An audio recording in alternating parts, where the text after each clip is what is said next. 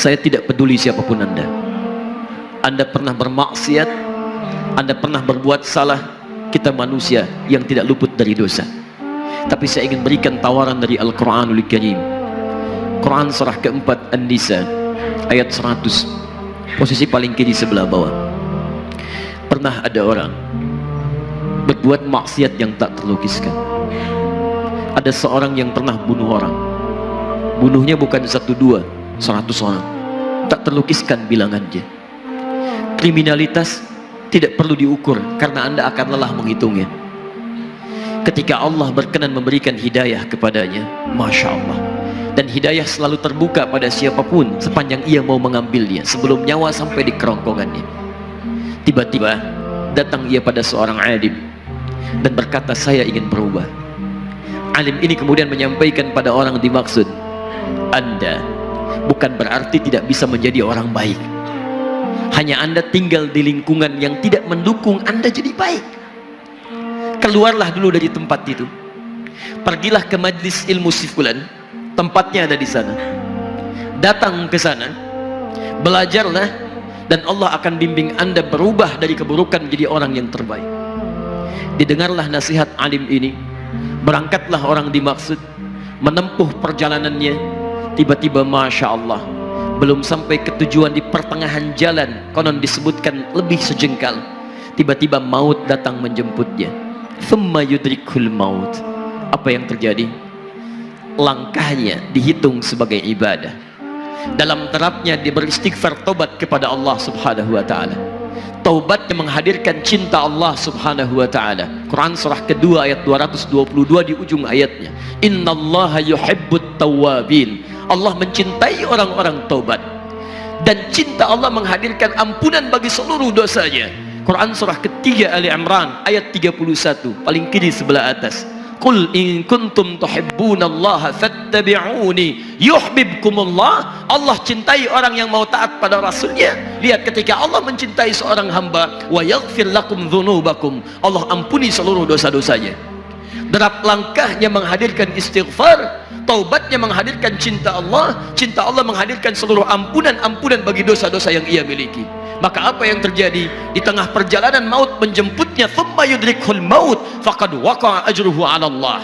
Dan pahala diberikan kepada orang tadi. Di jalan, maaf, maut datang, taubat diterima, dosa diampuni, dan amalan didapati dengan derap langkahnya. Maka apa yang terjadi? Thumma yudrikhul maut faqad waqa'a ajruhu 'ala Allah. Pahalanya dituliskan oleh Allah, dakhalal jannah, kata Nabi, masuk surga orang ini. Anda bisa bayangkan, pernah bunuh orang 100 orang, mabuk tak terlukiskan, kriminalitas tak perlu dihitung. Ketika dia mau bertobat, datang ke majlis ilmu, Masya Allah, meninggal di tengah jalan, kata Nabi, dakhalal jannah. Bertobat diampuni dosanya, derap langkahnya ada pahalanya, dakhalal jannah. Turun ayat untuk melukiskan tawaran yang sama kepada kita. Wa may yuhajir fi sabilillahi yajid fil ardi muraghaman katsira was'a. Siapapun yang mau berubah kembali pada ketentuan jalan Allah, kalau dia masih punya batas-batas kehidupan, kami akan berikan kelapangan di sisa hidupnya dan kelimpahan-limpahan kenikmatan selama dia hidup. Wa may yakhruj min baitihi muhajiran ilallahi wa rasulih. Namun bila ada di antara mereka baru ingin berhijrah, ingin berubah jadi lebih baik dalam pandangan Allah dan Rasulnya, tiba-tiba thumma yudrikul maut, baru keluar dari tempat dia tinggal, belum sampai ke tempat dia belajar, datang maut menjemputnya, faqad waqa'a ajruhu 'ala Allah. Kami terima semua amalnya, kami ampuni dosa-dosanya, dan kami tuliskan namanya di dalam surga.